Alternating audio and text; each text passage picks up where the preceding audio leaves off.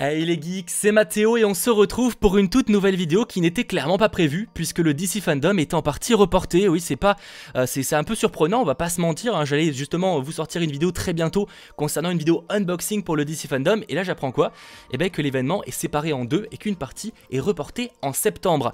Alors bon, rassurez-vous, on se retrouve quand même du 22 au 23 août en direct, mais il y a quelques petits changements par rapport à ce que je vous avais annoncé dans les précédentes vidéos que je vous invite quand même à aller voir parce que je vais pas revenir sur ce que c'est le DC Fandom et sur comment ça va se passer. Je rappelle juste que c'est un événement 100% en ligne organisé par DC Comics qui doit durer 24 heures et qui doit diffuser à peu près une centaine d'heures de contenu. Donc autant vous dire qu'il y avait un petit problème là-dessus et visiblement Warner a préféré justement séparer l'événement en deux parties.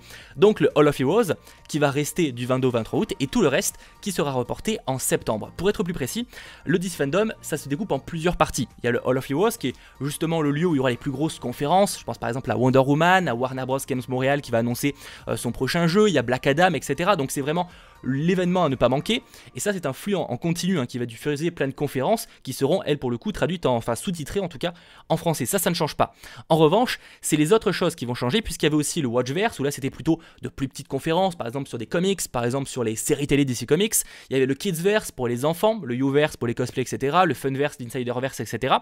Et ça par contre, c'est reporté en septembre, du 12 au 13 septembre, sachant que le planning que vous voyez là, en fait il n'a pas encore été communiqué. C'est pas les bonnes horaires, vous voyez, qui sont tous planifiés à la même horaire. C'est que pour l'instant, ils n'ont pas encore décidé le calendrier justement de cette seconde partie du DC Fandom qu'on se fera quand même un plaisir de vivre en direct ensemble.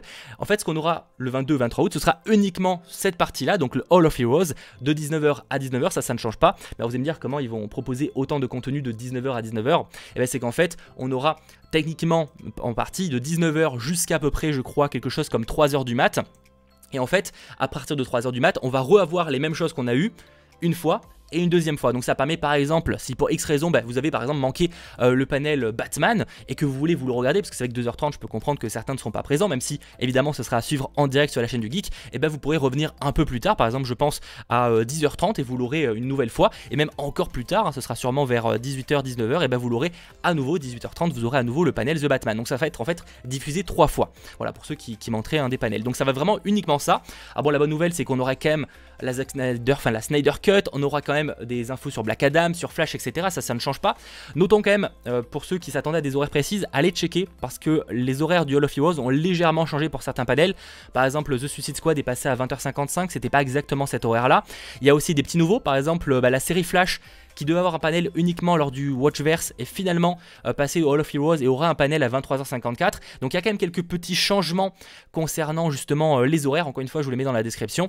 Mais sachez, rassurez-vous que donc de 19h jusqu'à 3h du mat ce 22 août, ce sera à vivre en direct sur la chaîne puisqu'on retransmettra le flux, on pourra commenter, etc. avec quand même des panels, ma foi, extrêmement cool. C'est juste un peu dommage parce que c'est vrai qu'on avait l'envie justement de pouvoir se balader dans ce multivers, de pouvoir aller dans les différentes zones, etc. comme c'était promis. Ça malheureusement ce sera donc du 12 au 13 septembre. La bonne nouvelle c'est que ça fera 2 fois plus de live globalement. Bref, j'espère en tout cas que cette petite vidéo vous aura plu, j'espère avoir tout résumé. C'était un peu bizarre comme chose, comme annonce en fait, honnêtement j'y croyais pas du tout. Bon, malgré tout j'ai quand même extrêmement hâte parce que finalement c'est le principal qui sera diffusé du 22 au 23 août et peut-être qu'on aura des surprises le 12 et 13 septembre. En tout cas si cette vidéo vous a plu, n'hésitez pas à lâcher le petit pouce bleu, n'hésitez pas aussi à vous abonner et on se retrouve très vite. Ciao tout le monde.